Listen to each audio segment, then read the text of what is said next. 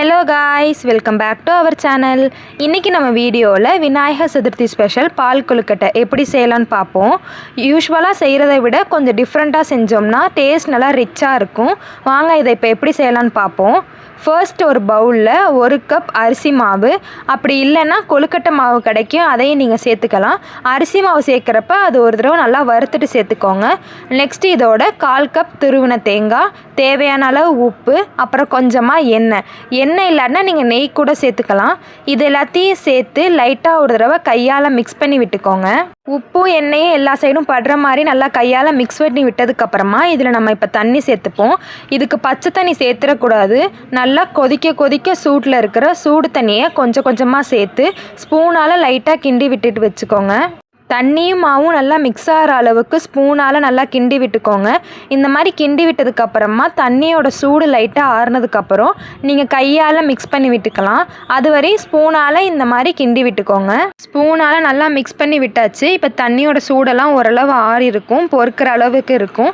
இப்போ நீங்கள் கையால் நல்லா மிக்ஸ் பண்ணி விட்டுக்கோங்க.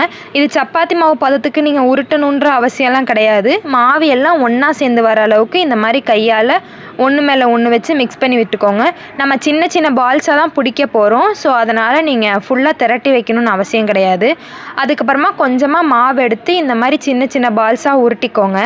இந்த மாதிரி சின்ன சின்ன பால்ஸாக மீதி இருக்கிற எல்லா மாவையும் இந்த மாதிரி உருட்டி ஒரு பிளேட்டில் மாற்றி வச்சுக்கோங்க. இப்போ நம்ம கொழுக்கட்டை பண்ண ஸ்டார்ட் பண்ணிடலாம். இந்த கொழுக்கட்டை பண்ணுறதுக்கு யூஸ்வலாக யூஸ் பண்ணுற மாட்டுப்பாலை விட நீங்கள் தேங்காய் பால் சேர்த்து பண்ணிங்கன்னா டேஸ்ட் இன்னமும் கூட நல்லா ரிச்சாக இருக்கும்.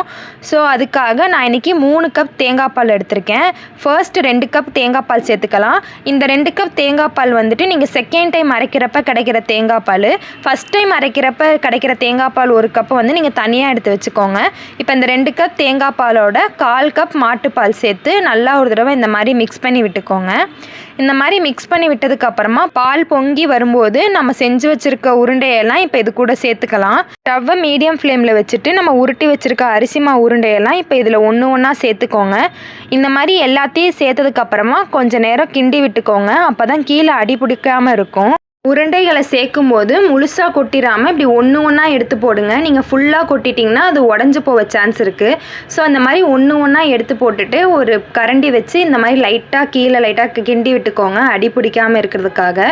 இந்த மாதிரி மிக்ஸ் பண்ணிவிட்டு ஒரு 5 to 10 minutes நீங்கள் கொதிக்க வச்சிங்கன்னா நம்ம வச்சுருக்க உருண்டையெல்லாம் வந்துட்டு நல்லா கொதித்து வெந்து வந்துடும். இப்போ இதில் நம்ம சர்க்கரை சேர்த்துக்கலாம். 1 கப் மாவுக்கு 1 கப் சர்க்கரை கரெக்டாக இருக்கும். உங்களுக்கு இன்னும் கூட இனிப்பு வேணும்னு நினச்சி 1/4 கப் சர்க்கரை சேர்த்துக்கோங்க. இப்போ சர்க்கரை நல்லா கரையிற அளவுக்கு கிண்டிட்டு நம்ம ஃபர்ஸ்ட் எடுத்து வச்சுருந்த தேங்காய் பாலை இப்போ சேர்த்துக்கலாம். 1 கப் தேங்காய் பாலை இப்போ இது கூட சேர்த்துக்கோங்க.